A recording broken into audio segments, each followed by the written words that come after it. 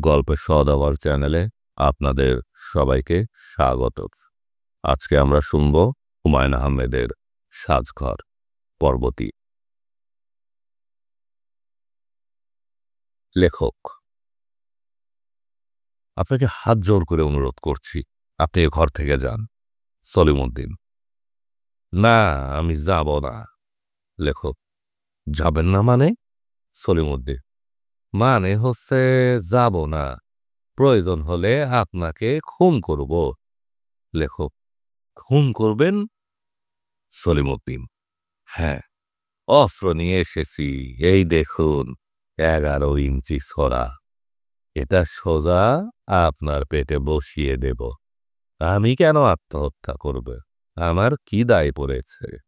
লেখক ভয় পেয়ে: জরি, এই জরি, একটু উঠো, এই জরি। নাটক এক পর্যায়ে থেমে গেল। বজলু সাহেব ফিরে এসেছেন, পুষ্প তার সঙ্গে আছে। পুষ্পের চোখ মুখ আনন্দে ঝলমল করছে।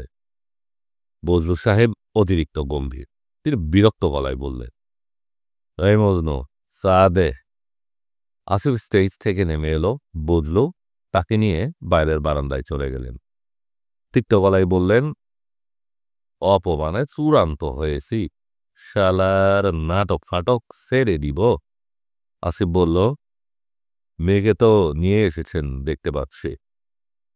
ভেতরের ঘটনা জানলে এটা বলতে না। আমি নাটকের কথা বলতেই বাড়িতে আগুন ধরে গেল। সবাই এমন ভাব করতে লাগলো যেন আমি একজন মেয়ের দালাল। বুড়ো মতো এক লোক, সম্ভবত মেয়ের চাচা টাচা হবে, সরু গলায় বলছে, এটা ভদ্রলোকের বাড়ি, এটা ভদ্রলোকের বাড়ি। রাগে আমার গা জ্বলে গেল। বেটা বলে কি, আমি কি অভদ্রলোক নাকি?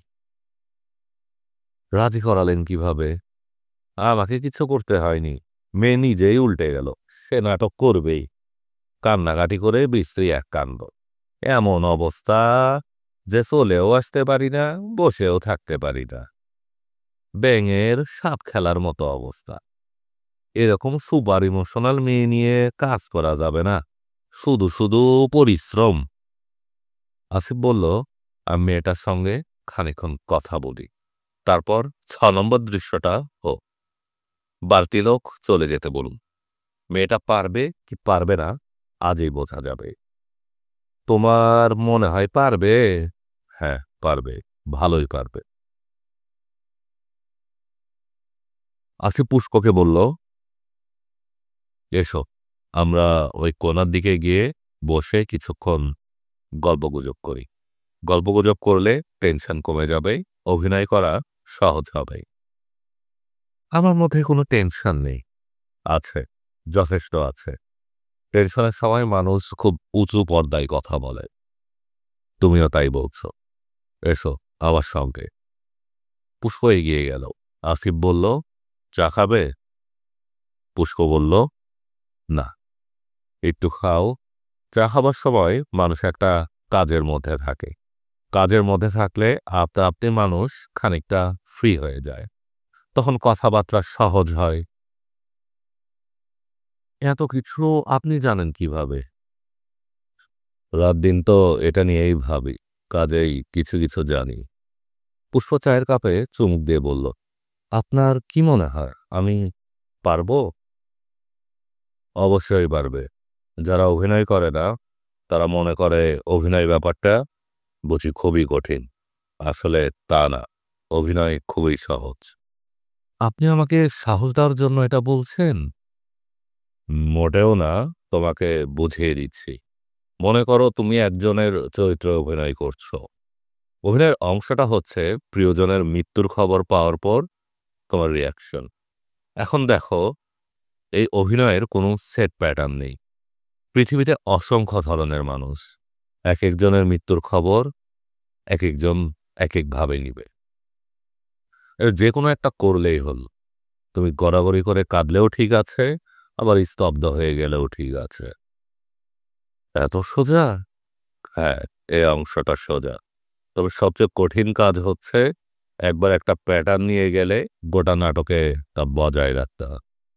বুঝতে পারছো? পারছি। এই নাটকে তুমি বালিকা বধূর চরিত্রে অভিনয় করছো। ওই চরিত্রের একটা প্যাটার্ন তোমাকে তৈরি করতে হবে। কোনটা তুমি নিবে? সবচেয়ে সহজটাই নাও, যেটা তুমি জানো। কোনটা আমি জানি? তোমার নিজের চরিত্র তুমি জানো।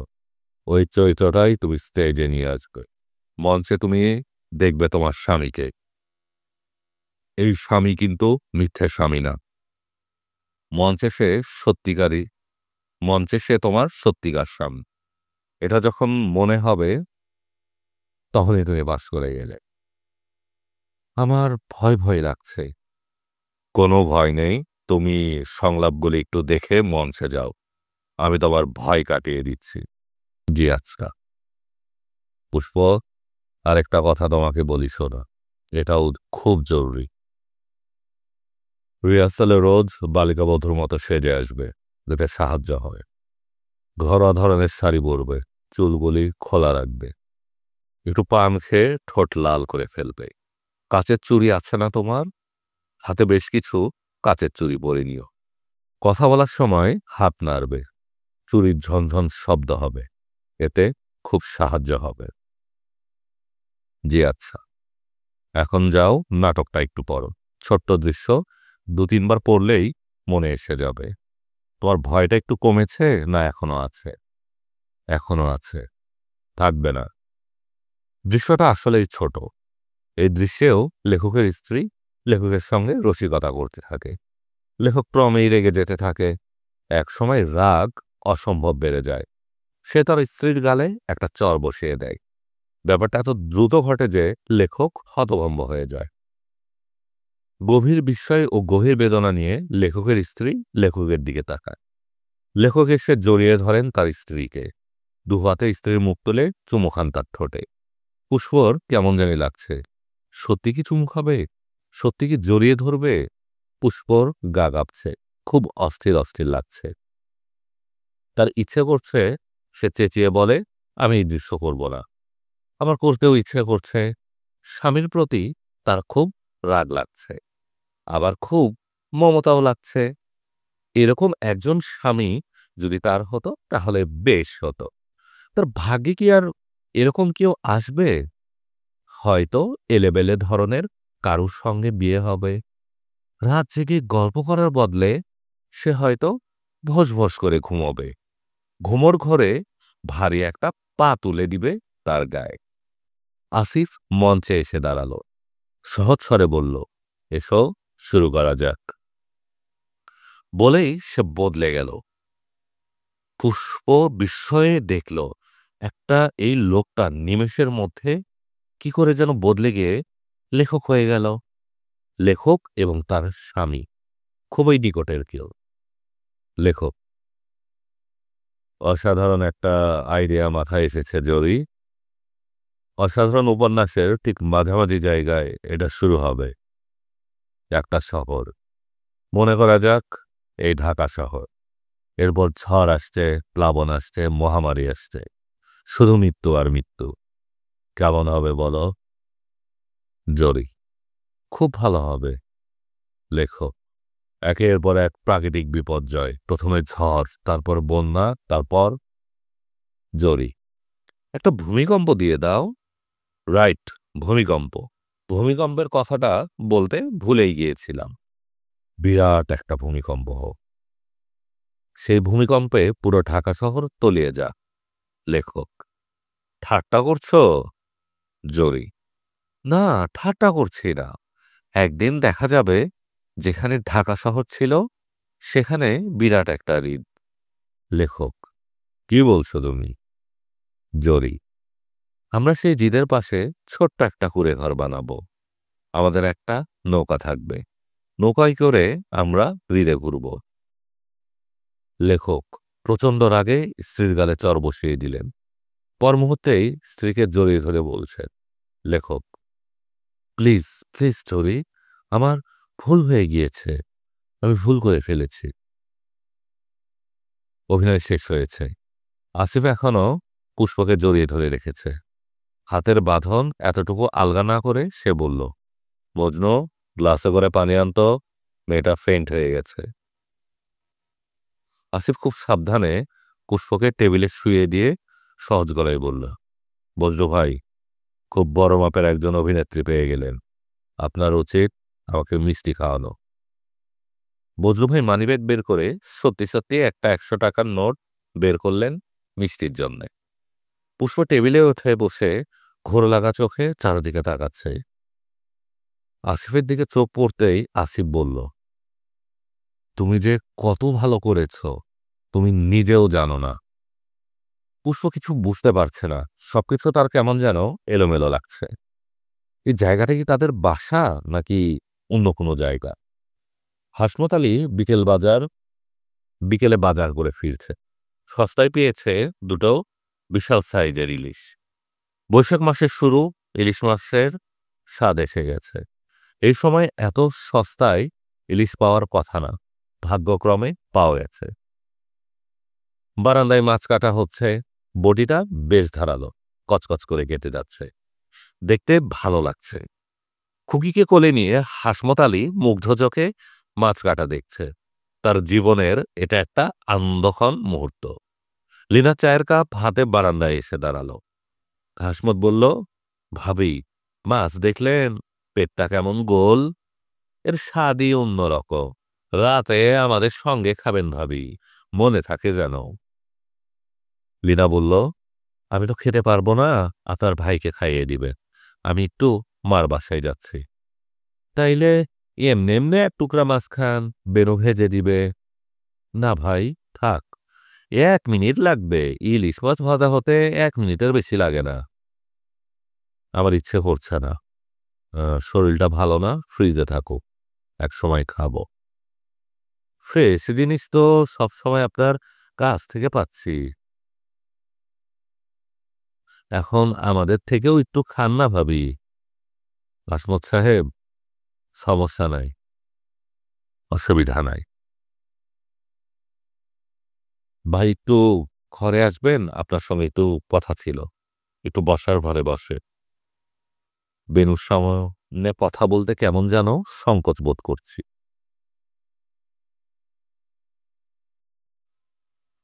বেনু বিস্মিত হয়ে তাকালো। হাসমত আলী নিঃশব্দে উঠে এলো বসার ঘরে।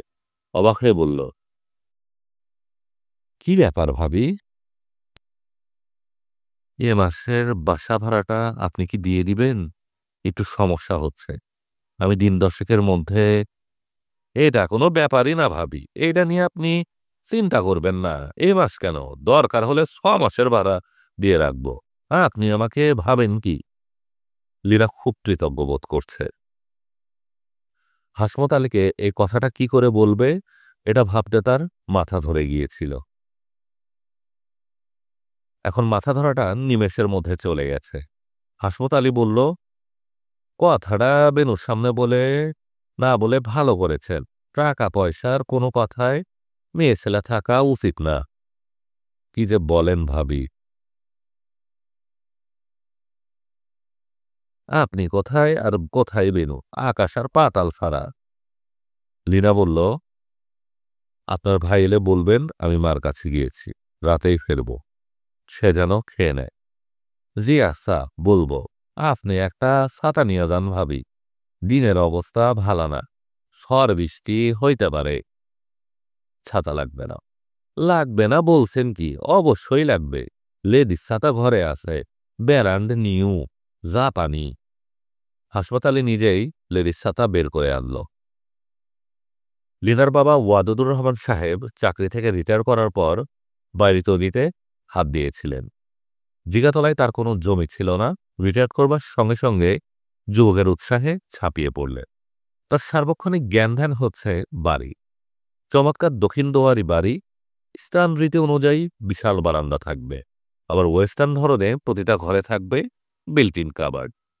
লোকজন বাথরুম বানানোয় কিপটামি করে, তিনি করবেন না। বাথরুমে ঢুকেই যেন খোলামেলা ভাব হয়। প্রতিটা বাথরুমে থাকবে ঝকঝকে বাথটাব। দরজা জানালা সৃজন করা বার্মাটিকের। আজকাল কি সব কাঠ দিয়ে দরজা জানালা করে, গরমকালে ক্যাচ ক্যাচ শব্দ করে। ওয়াদুদুর রহমান সাহেব প্রতিটা জিনিস নিজে পছন্দ করে কিনলেন। মিস্ত্রিরা সিমেন্ট মিশিয়ে মশলা তৈরি করে, তিনি পাশে দাঁড়িয়ে থাকেন। ইট বিছিয়ে দেয়াল তৈরি হয়, তিনি গভীর আগ্রহে দেখে। মাঝে মাঝে নির্দেশ দেয়, ওই ইটটা বদলে দাও বসির মিয়া, ইটটা বাঁকা। বসির মিয়া বদলাতে চায় না, তিনি বড়ই বিরক্ত হয়। আহা, বদলাতে বললাম না। ইটের কি অভাব হয়েছে যে একটা ট্রিট দিতে হবে? Change it. রিটায়ার করার পরও হয়তো ওয়াদুদুর রহমান সাহেবের ২০ বছরের মতো আয়ু ছিল। সে আয়ু বাড়ি তৈরি করতে গিয়ে তিনি খরচ করে ফেললেন। ছাদ ঢালাইয়ের পরদিন স্ট্রোকে মারা গেলেন। কারোর জন্যই কিছু থেমে থাকে না। যথাসময়ে বাড়ি শেষ হলো, দোতলা করা গেল না। একতলা বানাতেই সঞ্চিত প্রতিটি পয়সা শেষ হয়ে গেল। লিনার বা সুলতানা বেগম একতলা বাড়ির ২টো ঘর নিয়ে থাকেন। বাকিটা ভাড়া দিয়েছেন তার ডাক্তার জামাইকে। এই ডাক্তার জামাই বাড়িটাকে মোটামুটি একটা হাসপাতাল বানিয়ে ফেলেছে। রোজ বিকেল ৪টা থেকে রাত ৮টা পর্যন্ত এখানে রুগী দেখা হয়। ভদ্রলোকের ভালো পসার হয়েছে। রুগীতে সারাক্ষণ বাড়ি ভর্তি থাকে। সুলতানার গা শিরশির করে, কিন্তু জামাইকে কিছু বলতে পারে না। আজ শুক্রবার, ডাক্তার জামান শুক্রবারে রুগী দেখেন না। তবু তিনি ২-৩ জন রুগীর বাইরে বারান্দায় বসে আছে। ডাক্তার সাহেবের সঙ্গে দেখা না করে তারা কিছুতেই যাবে না। লীনাকে বাড়িতে ঢুকতে দেখেই তাকে ধরল। আপা, ডাক্তার সাহেবকে একটু বলে দেন, খুব বিপদে পড়েছি। লীনার মা সবার ঘরে ঢুকতেই একসঙ্গে সবাই হইচই করে উঠল। লীনার বড় বোন দিনা বলল, ঝড় বৃষ্টির মধ্যে রিক্সা নিয়ে চলে এলি? তোকে আনতে গাড়ি আছে। সবচেয়ে ছোট বোন লীনা বলল, একটা লেটেস্ট মডেল গাড়িতে চড়া মিস করলে আপা। দুলাভাই নতুন গাড়ি কিনেছে। বড় আপাদের এখন ২টা গাড়ি। সুলতানা বললেন, জামাইকে আনলি না কেন? আমরা নাটক করি না বুঝি? আমাদের বাড়িতে আসা যাবে না? নাটকের একটা খোঁচানা দিয়ে সুলতানা মেজ জামাই সম্পর্কে কিছু বলতে পারেন না, আজও পারলেন না। লিনার মনটা খারাপ হয়ে গেলেও সহজ স্বরে বলল, ওর কাজ আছে মা, রাত 10টার আগে ছাড়া পাবে না। সুলতানা তিক্ত গলায় বললেন, আমার ৩ জামাইয়ের মধ্যে মেঝ জামাইটাই সবচেয়ে কাজের হয়েছে। রাত 10টা-11টার আগে কোনোদিন ছাড়া পায় না।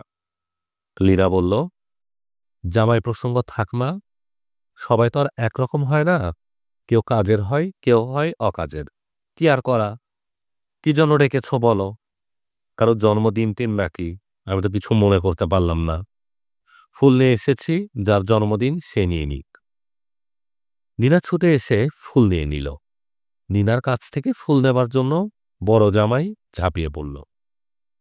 নীনা তার স্বামীর দিকে তাকিয়ে বলল, প্লিজ আমার ফুলগুলি সেভ করো। বলেই সে ফুলের তোড়া ক্রিকেট বলের মতো ছুঁড়ে মারল স্বামীর দিকে। সুলতানা কপট বিরক্তিতে মুখ কুঁচকে বললেন, এরা সবসময় কি যন্ত্রণা করে। এই, তোরা চা খাবি না কফি খাবি? যেটাই খাবি একটা, ২-৩ পদের জিনিস বানাতে পারবো না। দিনা ও দিনার স্বামী জামান সাহেব বললেন কফি। নীনা বলল চা। নীনার স্বামী লুৎফল হক চেঁচিয়ে বলল শরবত। চারদিকে তুমুল হাসি শুরু হয়ে গেল। লীনা মনে মনে একটা দীর্ঘ নিঃশ্বাস ফেলল। এইসব চমৎকার হাসিখুশির মুহূর্তগুলিতে আসিফ কখনো অংশ নিতে পারে না। মাঝে মাঝে সে যে উপস্থিত থাকে না তা নয়, কিন্তু বড়ই বিব্রত বোধ করে। দেখে মনে হয় তার নিঃশ্বাস বন্ধ হয়ে আসছে। সবাইকে একত্র করার উদ্দেশ্য ঠিক বোঝা যাচ্ছে না।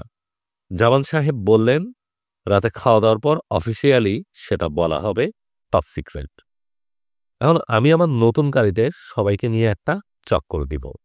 এখান থেকে সাভার যাব, সাভার থেকে ফিরে আসব। টাক্কা হওয়ায় খিদেটা চাকবে, আমাকে ২০ মিনিটের জন্য ক্ষমা করতে হবে। আমার কয়েকটা রুগী বসে আছে, বিদায় করে আসি। লুৎফল বলল, ছুটির দিনেও রুগী দেখেন? এত টাকা দিয়ে কি করবেন দুলাভাই? লোকজন ব্লাড প্রেশারে মারা যায়, আপনি দেখি টাকার প্রেশারে মারা যাবেন। জামান সাহেব ঘর কাঁপিয়ে হাসতে লাগলেন। সুখী মানুষের হাসি। সুখী মানুষ অতি তুচ্ছ রসিকতায় হেসে ভেঙে পড়তে পারে। নিমন্ত্রণের রহস্য জানা গেল রাতের খাবারের পর। জামান সাহেব ছোটখাটো একটা বক্তৃতা দিলেন। তিনি সবাইকে নিয়ে কাশ্মীর যেতে চান। শুধু কাশ্মীর না, আগ্রা, জয়পুর এবং কাশ্মীর। থাকা খাওয়া যাবতীয় খরচ তার। 2 শালিকা এবং শাশুড়ির টিকিটও উনি কাটবে। অন্য কেউ যেতে চাইলে তাদের টিকিট তাদের কাটতে হবে। এই ভ্রমণে বাচ্চারা কেউ যাবে না। লুৎফল বলল, আমার টিকিট কাটবেন না আর মানেটা কি দুলাভাই? আমার কর্তব্য হচ্ছে শালিকা পর্যন্ত, এর বাইরে না। টিনা বলল, আপনি কি সত্যি মিন করছেন দুলাভাই? তোমার সন্দেহ আছে নাকি? হ্যাঁ আছে।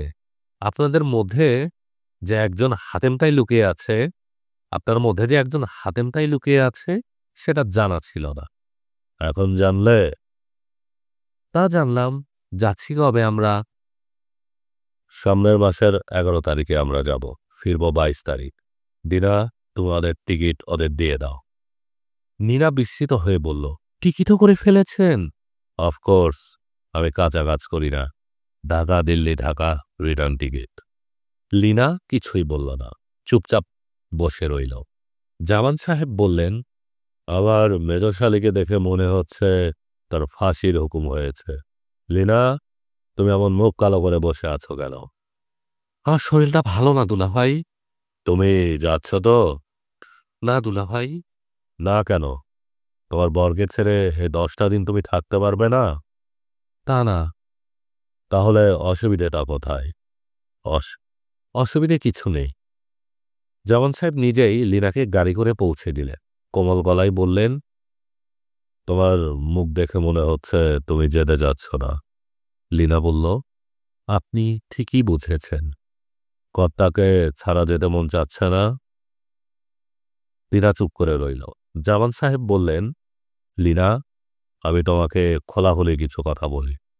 কিছু কিছু কথা সরাসরি হয় ভালো। দেখো লীনা, তোমাদের আর্থিক অবস্থার কথা আমি ভালোভাবেই জানি। সেটা জেনে তোমার কর্তার জন্য একটা টিকিট আমার কেনা উচিত। কিনতেও আমার কোনো অসুবিধা নেই। কিন্তু মুশকিল কি জানো? তোমাদের আত্মসম্মানবোধ অনেক বেশি। তোমরা আহত বোধ করবে। ভালো করতে গিয়ে মন্দ করা হবে। আমি সত্যি চাই তুমি যাও আমাদের সঙ্গে। তোমার শরীর খারাপ, বেশ খারাপ। বাইরে একটু ঘুরে টুরে এলে ভালো লাগবে। লীনা কিছুই বলল না। জামান সাহেব বললেন, আসিফকে নিয়ে গেলে আরেকটা বাস্তব সমস্যা আছে। সেটাও তোমাকে খোলাখুলি বলি। তোমার মা, আমার শাশুড়ি, আসিফকে তেমন পছন্দ করেন না। 11 দিন একসঙ্গে থাকতে হবে। এর মধ্যে তিনি অনেকবার আসিফকে নিয়ে অনেক অপ্রিয় প্রসঙ্গ তুলবেন। তোমার খুব খারাপ লাগবে। লীনা বলল, আপনি বা হঠাৎ দল বেঁধে বাইরে যাওয়ার ব্যাপারে এত উৎসাহী হলেন কেন? খুব ক্লান্ত লাগছে। টাকা বানানোর একটা মেশিন হয়ে পড়েছি। সারাদিন হাসপাতালে থাকি, বাসায় ফিরে বিশ্রামের বদলে রাত 10টা 11টা পর্যন্ত রুগী দেখি। জীবনটা মানুষের রোগশোকের মধ্যে আটকা পড়ে আছে। মুক্তি চাচ্ছি। কিছু সময়ের জন্য হলেও মুক্তি। মাঝে মাঝে তোমাদের আমার বেশ হিংসায় হয়। মনে হয় বেশ সুখেই তো তোমরা আছো। আপনি কি আপনি কি অসুখে আছেন? হ্যাঁ, অসুখে আছি। উত্তরায় বাড়ি করছি। কত রকম প্ল্যানিং, কত পরিকল্পনা।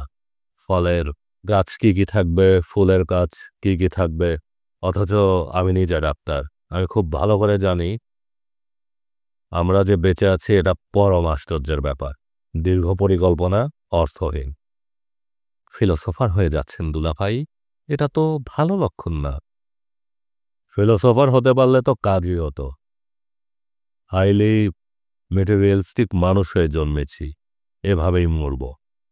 আমার মতো সাকসেসফুল ডাক্তারদের এটাই হচ্ছে ডেস্টিনি। অনেক রাতে আসিফের ঘুম ভেঙে গেল। ঘর অন্ধকার, বাইরে ঝুপঝুপ বৃষ্টি পড়ছে। খোলা জানালায় বৃষ্টির ছাট আসছে।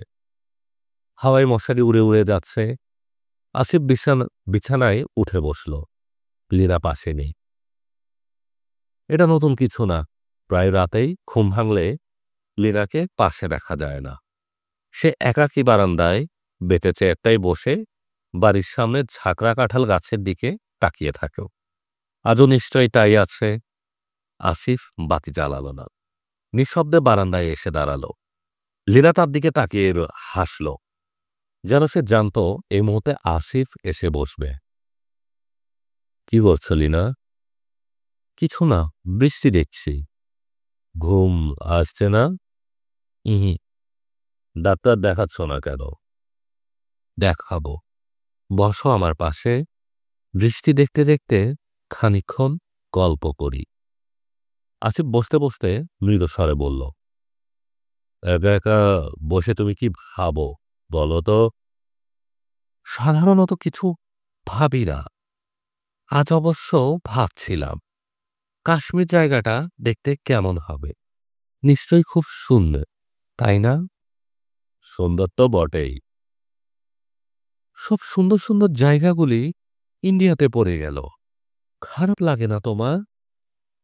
লাগে। কাশ্মীর জায়গাটা কেমন হবে ভাবতে ভাবতে কি ঠিক করলাম জানো?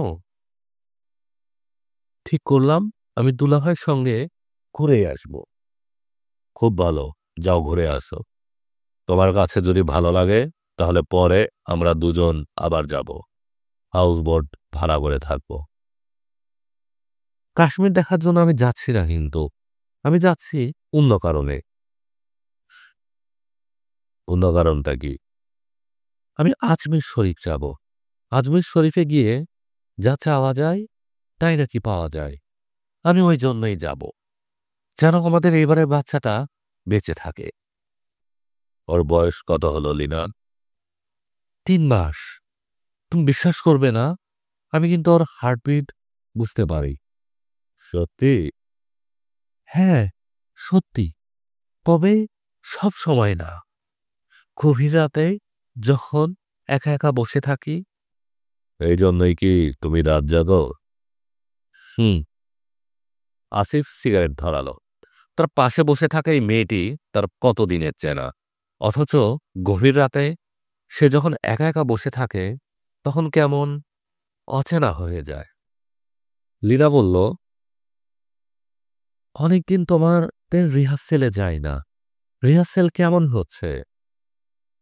বেশি ভালো হচ্ছে না, সব বিছিয়ে দিয়েছে, সব কেমন ঢিলাঢালা হয়ে গেছে। পুষ্প মেয়েটা কেমন করছে? ভালো করছে। আমার চেয়েও ভালো? হ্যাঁ, তোমার চেয়েও ভালো। আমাকে যেমন অভিনয়ের আগে একটা বক্তৃতা দিয়েছিলে, ওকেও কি দিয়েছিলে? হুম। আচ্ছা, ষষ্ঠ দৃশ্যে তুমি যখন পুষ্পকে জড়িয়ে ধরো তখন তোমার কেমন লাগে? আসিফ অবাক হয়ে বলল, এই প্রশ্ন করছো কেন? এমনি করছি, কিছু মনে করো না। বৃষ্টির বেগ আরো বাড়ছে, ঝড়ের মতো শব্দ হচ্ছে। জামগাছের পাতায় শোষ শব্দ। ইলেকট্রিসিটি চলে গিয়েছে, সমস্ত শহর অন্ধকারে ডুবে গেছে। আসিফ বলল, চলো শুয়ে পড়ি। লীনা বিনা বাক্য ব্যয়ে উঠে এলো। দুজনের কেউই বাকি রাত ঘুমোতে পারল না। আসিফ জেগে জেগে শুনল বৃষ্টির শব্দ। লীনা শুনতে চেষ্টা করল অনাগত শিশুটির হৃৎপিণ্ডের শব্দ। হাঞ্চব্যাক অফ মিরপুর পিঠ সোজা করে মতিঝিলের ট্রাভেল এজেন্সি সুমা ট্রাভেলসে ঢুকলেন। তার সঙ্গে আসিফ। বিশাল অফিস, দুজন স্টেনো বা রিসিপশনিস্ট ধরনের মেয়ে বসা। একজনের দিকে তাকানো যায় না, মৈনক পর্বত। তবে অন্যজন রূপবতী। মৈনাক পর্বত মধুর গলায় বললেন, আপনাদের জন্য কি করতে পারি? বজরুল সাহেব বললেন, কেয়ারামত আছে? জি, আছেন, এখন একটু ব্যস্ত। আমিও ব্যস্ত, আপনি দয়া করে বলুন ভৈরবের বজলু। মৈনাক পর্বত বিরক্ত ভঙ্গিতে ভেতরে চলে গেল। বজলু আসিফকে নিচু গলায় বললেন, তুমি এখানেই বসে থাকো, আমি একা যাই, দরকার হলে তোমাকে ডাকব। আসিফ বলল, দরকার হবে বলে মনে করছেন? অবশ্যই হবে, কেরামত আমার কথা ফেলবে না, ওর সেই ক্ষমতাও নাই। এস এম হলে লিটারেলি আমি ওকে পেলেছি। পুরোনো কথা কেউ মনে রাখে না বজলু ভাই। দেখা যাক, আগেই ডিসার্টে হচ্ছে কেন? বজলু এসেছেন আসিফের চাকরির ব্যাপারে। এসেছেন খুবই উৎসাহ নিয়ে। তার ধারণা এই মুহূর্তে একটা কিছু হবে। আসিফ আস্তে আস্তে বলেছিলেন, তোমার চাকরির কোনো ব্যাপারই না। যে কোনো অফিসের একটা বসকে ধরে এনে নাটক একটা দেখিয়ে দিলেই ব্যাটেলি জোন। আসিফ কোনো প্রতিবাদ করেনি, যদিও বলতে চেয়েছিল নাটকের ক্ষেত্রে এটা কখনো হয় না, খেলোয়াড়দের ব্যাপারে হয়। ভালো ফুটবল প্লেয়ার ক্রিকেট প্লেয়ারদের ডেকে ডেকে দেয়, এরা অফিসের শোভা। কিন্তু নাটক করা লোককে কে রাখবে? মৈনাক পর্বত বজরুল সাহেবকে ডেকে নিয়ে গেলেন। আসিফ বসে রইল। সুন্দরী মেয়েটি বলল, আপনি কি চা খাবেন? জি, খাবো। মেয়েটি কেমন আগ্রহ নিয়ে তাকাচ্ছে। কোন একটা নাটক কিসের দেখেছে? অসম্ভব কিছু তো নয়, দেখতেও পারে।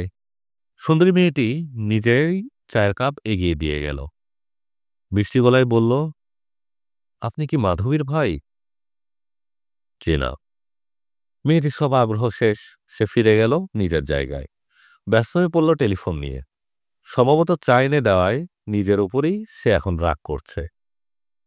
কেরামত যতটা আন্তরিকতা দেখাবে বলে বজরু ভেবেছিলেন, সে তার চেয়েও বেশি দেখালো। জড়িয়ে ধরে নাচানাচি করল খানিকক্ষণ। গদগদে বলাই বলল, ভৈরবের বজলু যে তুমি বুঝতে পারিনি দোস্ত, বিশ্বাস করো। এ টাকা ছুঁয়ে বলছি, ব্যবসায়ী কখনো টাকা ছুঁয়ে মিথ্যা কথা বলে না। ব্যবসা কেমন চলছে? টুকটাক। ফাজিলের দেশে ব্যবসা করে সুখ নেই। তুই তো মনে আছিস সুখে আছিস। টাকা আছে, মনে শান্তি নাই রে দোস্ত। কি জন্য এসেছিস বল? চাকরি দিতে হবে একটা। এটা ছাড়া আর কিছু বলবার থাকলে বল। আর কিছুই বললাম নেই। কেরামত গম্ভীর হয়ে গেল। বজলু সিগারেট ধরালে। এই ঘরের এয়ার কন্ডিশন অনেক নিচে সেট করা, বেশ ঠান্ডা লাগছে। মনে হচ্ছে ফ্রিজের ভিতর তিনি বসে আছেন। কেরামত বলল, চাকরি কার? আমার গ্রুপের একজন। তোর আবার কিসের গ্রুপ? নাটকের গ্রুপ। ও আচ্ছা, এখনো নাটক নিয়ে আসিস? ভালো। শিল্প সাহিত্যের কোনো খবর রাখি না। আমার বউ বলছিল মহিলা সমিতিতে ভালো ভালো নাটক হয়। একদিন দেখে একদিন দেখে আসল কমেডি কিছু হবে। রাতে ঘুমাতে গিয়েও একটু পরপর হেসে ওঠে। বজলু বললেন, আসল কথা থেকে দূরে সরে যাচ্ছিস। তোর ক্যাডারের যোগ্যতা কি? মানে নাটক ছাড়ার কি জানে? BA pass. শুরুতে ব্যাংকে চাকরি করত। তারপর স্টার ট্রান্সপোর্টে কিছুদিন ছিল। জীবন বিমাতে কিছুদিন কাজ করেছে। বজলু সিগারেটের লম্বা টান দিয়ে বললেন, আসিফের মতো ছেলেকে চাকরির জন্য মানুষের দরজায় দরজায় ঘুরতে হচ্ছে। এটাই আফসোসের ব্যাপার। বিলেত আমেরিকা হলে এই ছেলে টাকার উপর শুয়ে থাকত। কেরামত বলল, কষ্ট করে কিছু টাকা পয়সা জোগাড় করে এই ছেলেকে বিলাত আমেরিকা পাঠিয়ে দিলেই হয়। বজলু গম্ভীর হয়ে গেল। কেরামত বলল, ঠাট্টা করলাম রে দোস্ত, তোকে সত্যি কথা বলি। বিজনেসের অবস্থা খুবই টাইট।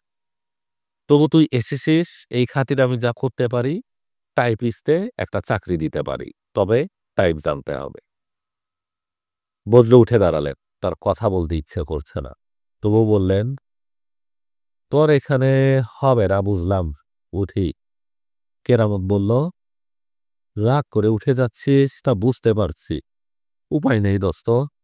আমার জায়গায় তুই থাকলে তুইও ঠিক এই কথাই বলতি। পুরনো দিনের খাতিরে এক কাপ চা অন্তত খেয়ে যা। আমি মানুষটা খারাপ হতে পারি, আমার অফিসের চা ভালো। বজলু চা খেলেন না। অফিস থেকে বের হওয়া মাত্র তার পিঠ আবার কুঁজো হয়ে গেল। তবে শক্ত গলায় বললেন, তুমি কোনো চিন্তা করবে না, আমি একটা ব্যবস্থা করব, অবশ্যই করব। চলো, কোথায় বসে চাটা কিছু খাওয়া যাক। আসিফ বলল, আমি একটু পুরনো পল্টনের দিকে যাব। 11টার মধ্যে না গেলে কাজ হবে না। চা থাক। চাকরি সংক্রান্ত ব্যাপার। যে আচ্ছা, যাও। তবে শোনো, বিকালে রিহার্সেলে আসার সময় কয়েক কপি বায়োডাটা নিয়ে আসবে। দেওয়ার মতো বায়োডাটা তো কিছু নেই। যা আছে তাই আনো না।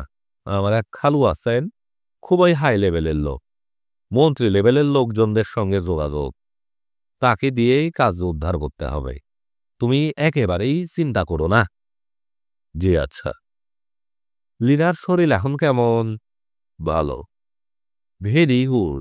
আমি দেখতে যাব, আজই যাব। রিহার্সালের পরেই চলে যাব। রাতে খাবো তোমাদের সঙ্গে। জি আচ্ছা।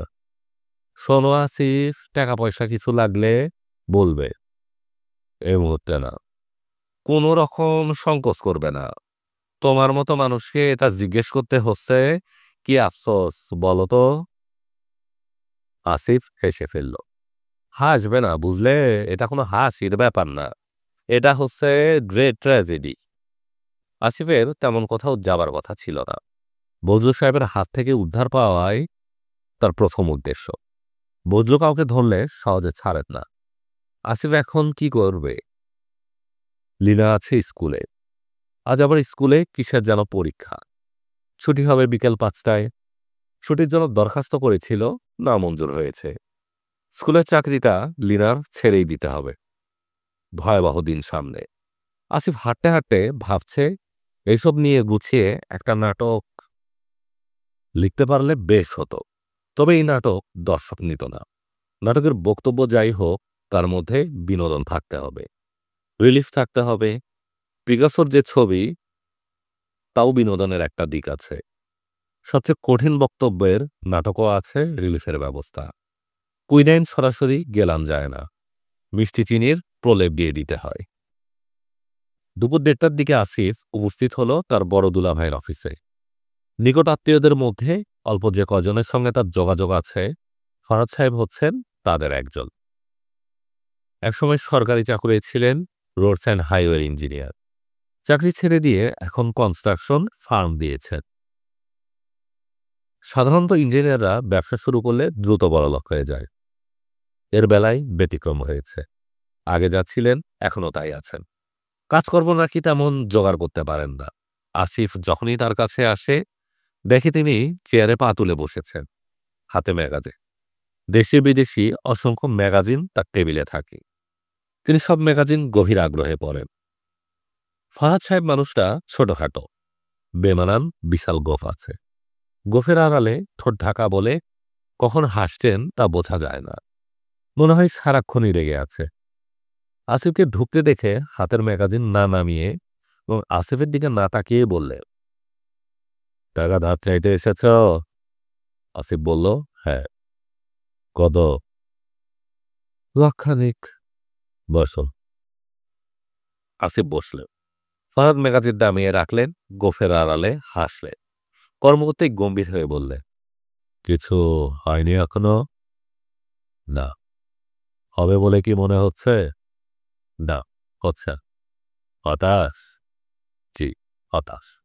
খুব হতাশ? হ্যাঁ। দুপুরে খাওয়া হয়েছে? জি না। চলো কোথাও গিয়ে খাই। পেটে ক্ষুধা থাকলে হতাশ ভাবটা বেশি থাকে। জানি হিসেবে আমরা হতাশ। কেন জানো? কারণ বেশিরভাগ মানুষ ক্ষুধার্ত। বুঝলে? বুঝলাম। না, বোঝনি। এটাই সম্ভবত পৃথিবীর একমাত্র দেশ যেখানে ক্ষুধাকে খুব সম্মানের চোখে দেখা হয়। এই দেশের কবি লেখেন, হে দারিদ্র, তুমি মনে করেছ মহান। দারিদ্র মানুষকে মহান করে না, পঙ্গু করে ফেলে। খুবই ফিলোসফিক কথাবার্তা বলেছেন দুলাভাই। বলছি, কারণ আমার অবস্থা কাহি। তোমার বোন সে খবরটা এখনো জানে না। সে সুখে আছে। ব্যবসাপাতি খারাপ যাচ্ছে নাকি? ব্যাস, কি পরিমাণ খারাপ তুমি চিন্তা করতে পারবে না। মোটা অ্যামাউন্টের টাকা ঘুষ দিয়ে কন্ট্রাক্ট নেই। কাজ শুরু করা মাত্র সবাই হাত ধরে ফেলে। প্রতিটা মানুষকে টাকা খাওয়াতে হয়। যে রাস্তার 6 ইঞ্চি ভিটামিন দেওয়ার কথা, সেখানে দেয় 1 ইঞ্চি। প্রথম বৃষ্টিতেই সেই ভিটামিন ধুয়ে মুছে যায়, আবার টেন্ডার হয়, আবার টাকা খাওয়া খাই। তুমি বিশ্বাস করো, বাংলাদেশের কোথাও সৎ মানুষ নেই। সৎ মানুষ এখন কোথায় আছে জানো? গল্পে, উপন্যাসে এবং তোমাদের নাটকে। ফরাক সাহেব আসিফকে নিয়ে দামি একটা রেস্টুরেন্টে গেলেন। নতুন রেস্টুরেন্ট, বিদেশিরাই বেশিরভাগ ভিড় করেছে। রেস্টুরেন্টের বিশেষত্ব হচ্ছে সঙ্গে বার আছে। ফরহাদ সাহেব খাবারের অর্ডার দিয়ে পরপর 6 হুইস্কি খেয়ে চোখ লাল করে ফেললেন। আসিফ অবাক হলো। ফরহাদ সাহেবের এই ব্যাপারটা তার জানা ছিল না। ভালো মানুষ ধরনের লোক ছিলেন। তার ব্যবহার এবং স্বভাব চরিত্রের জন্য দুপুরবেলায় মদ পানটা ঠিক মানাচ্ছে না। ফরহাদ সাহেব বললেন, আসিফ, তোমরা নাটক কেন করো? আসিফ কিছু বলল না। ফরহাদ সাহেব মুখ খানিকটা এগিয়ে এনে উত্তেজিত গলায় বললেন, পত্রিকা উল্টালেই দেখি গ্রুপ নাটকের বড় হচ্ছে। আমরা নাটক করি সমাজ বদলাবার জন্য। এসব ফালতু কথা তোমরা কেন বলো? মহিলা সমিতির ফ্যানের নিচে 1.5 ঘন্টার একটা নাটক করে তোমরা সমাজ বদলে ফেলবে? সমাজ কোথায় আছে তোমরা জানো? আসিফ হাসল। ফরহাদ সাহেব থমথমে গলায় বললেন, এসে ফেললে আমি কি খুব হাস্যকর কিছু বলেছি? আমার দৃঢ় বিশ্বাস সমাজ কোথায় আছে তোমরা জানো না। আপনি জানেন? কিছুটা জানি। মাঝে মাঝে প্রচুর মদ পান করি। তখন কিছুটা ইনসাইট ডেভেলপ করে। ফরহাদ সাহেবের আরো আরো 1 প্যাক মদের অর্ডার দিলেন। আসিফ একবার ভাবল বলবে, দুলাভাই বেশি হয়ে যাচ্ছে। কিছু বলল না। ফরহাদ সাহেব গলা নিচু করে বললেন, থিয়েটার করো। তোমার সন্ধানে 17-18 বছরের কচি মেয়ে আছে যে 57-58 বছরের একজন বুড়োর সঙ্গে কোন একটা ভালো হোটেলে এক রাত থাকবে? আছে এরকম কিছু তোমার সন্ধানে? দুলাভাই, আপনি কি বললেন কিছু বুঝতে পারছি না। বুঝতে পারবে না জানি, বুঝিয়ে দিচ্ছি। আমার 18 লাখ টাকার একটা বিল আটকে আছে। আটকেছে মাত্র এক জায়গায়। যেখানে আটকেছে সেখানে যিনি আছেন তার বয়স 57-58। তিনি আমাকে দেখে বলেছেন, লাইফ খুব ডাল হয়ে যাচ্ছে, এটাকে ইন্টারেস্টিং করার একটা ব্যবস্থা করতে পারেন? আমি বললাম, নিশ্চয়ই পারি। উনি বললেন, আপনাকে বলতে একটু লাগছে। আমি বললাম, আপনি কোনো রকম সংকোচ করবেন না স্যার। তখন উনি বললেন, আজকাল শুনতে পাই ভেরি ইয়াং গার্লস অনেকটা অ্যাডভেঞ্চারের লোভে হোটেলে হোটেলে রাত কাটাচ্ছে। বুঝতে পারছেন কি মিন করছি? আমি বললাম, পারছি। তিনি বললেন, জাস্ট একটা এক্সপিরিয়েন্সের জন্য পারা যাবে? আমি বললাম, অবশ্যই, এটা কোনো ব্যাপারই না। আসিফ বলল, আপনি কি কোনো ব্যবস্থা করলেন? ফরহাদ সাহেব বললেন, আমি কি করলাম শোনো। অফিসে এসে দরজা বন্ধ করে চুপচাপ বসে রইলাম। আমার মেজো মেয়ে সুমি, ওর বয়স 17।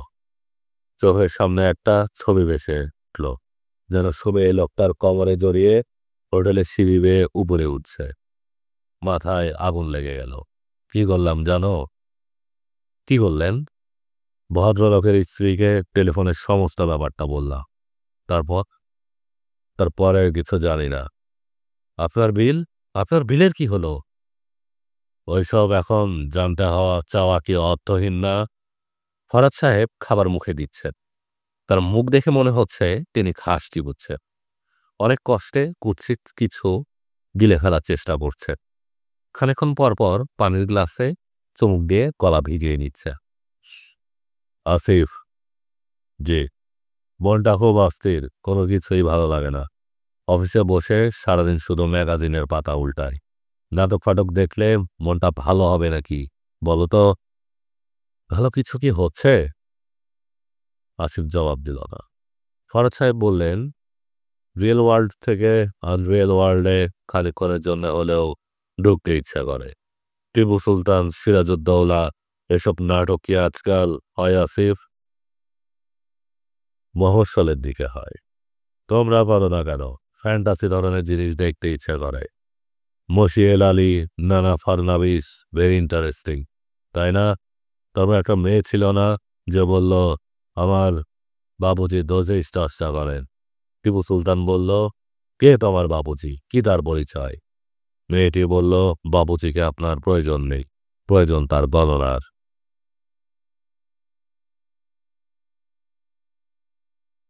আপনারা শুনছিলেন হুমায়ুন আহমেদের সাজঘর পরবর্তী পরবর্তী পর্ব শুনতে আমাদের গল্পের সওদাগর চ্যানেলে চোখ রাখুন।